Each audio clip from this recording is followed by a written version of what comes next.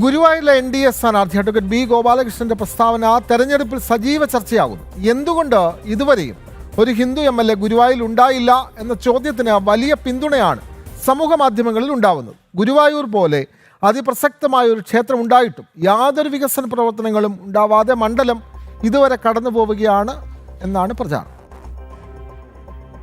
എന്തുകൊണ്ട് 50 വർഷമായിട്ട് 1980 ശേഷം 50 വർഷമായിട്ട് എന്തുകൊണ്ട് ഒരു ഹിന്ദു സ്ഥാനാർത്ഥിയെ ഇടതുപക്ഷവും വലതുപക്ഷവും നിർത്തുന്നില്ല? ഇവിടെ എന്തുകൊണ്ട് നിർത്തുന്നില്ല? ഇതാണ് എൻ്റെ ചോദ്യം. ഗുരുവായൂർ മണ്ഡലത്തിലെ NDA സ്ഥാനാർത്ഥി ബി ഗോപാലകൃഷ്ണന്റെ ഈ വാക്കുകളാണ് വളച്ചൊടിച്ച് രാഷ്ട്രീയ വിവാദമാക്കാൻ ശ്രമിച്ചത്. എന്നാൽ വിഷയം സജീവ ചർച്ചയായതോടെ സമൂഹ മാധ്യമങ്ങളിൽ വലിയ പിന്തുണയാണ് ബി ഗോപാലകൃഷ്ണൻ ലഭിക്കുന്നത്. ക്ഷേത്രനഗരിയായ ഗുരുവായൂർ വികസനത്തിൽ എന്തുകൊണ്ട് പതിറ്റാണ്ടുകൾക്ക് പിന്നിലായി എന്ന ചോദ്യത്തിന് ഇതുവരെ കൃത്യമായ ഉത്തരം നൽകാൻ ആയില്ല ഇരു മുന്നണികൾക്കും. കൂടാതെ മണ്ഡലത്തിലെ ഓരോ വികസന പ്രശ്നങ്ങളും അക്കമിട്ട് നിരത്തിയാണ് ബി ഗോപാലകൃഷ്ണന്റെ പ്രചരണം.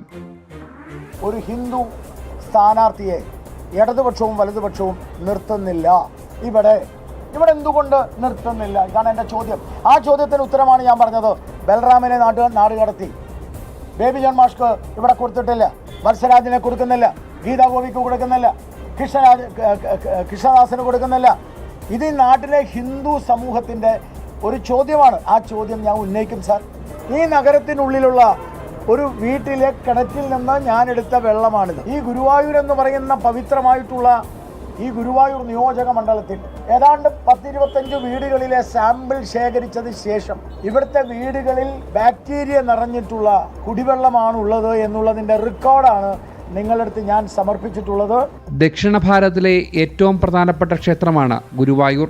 ഗുരുവായൂരിലെ വികസന പ്രശ്നങ്ങൾ സംസ്ഥാന രാഷ്ട്രീയത്തിലേക്ക് കൂടി ചർച്ചയാകുന്നു ഈ തെരഞ്ഞെടുപ്പിൽ. അനന്ത സാധ്യതകളുണ്ടായിട്ടും എന്തുകൊണ്ട് വികസന പ്രവർത്തനങ്ങൾ നടന്നില്ല എന്ന ചോദ്യം ഇരു മുന്നണികൾക്കും വലിയ തലവേദന കൂടിയാണ് സൃഷ്ടിക്കുന്നത്. ജനം, കൊച്ചി.